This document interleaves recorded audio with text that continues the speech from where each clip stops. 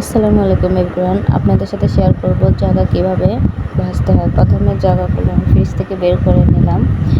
তারপরে তেলে দেওয়ার জন্য পেঁয়াজ, মরিচ, তেজপাতা, গরম মশলা, জিরা, আদা বাটা, ধনিয়া গুঁড়া, মরিচের গুঁড়া, হলুদ, লবণ এগুলো দিয়ে সুন্দরভাবে কষিয়ে নিলাম।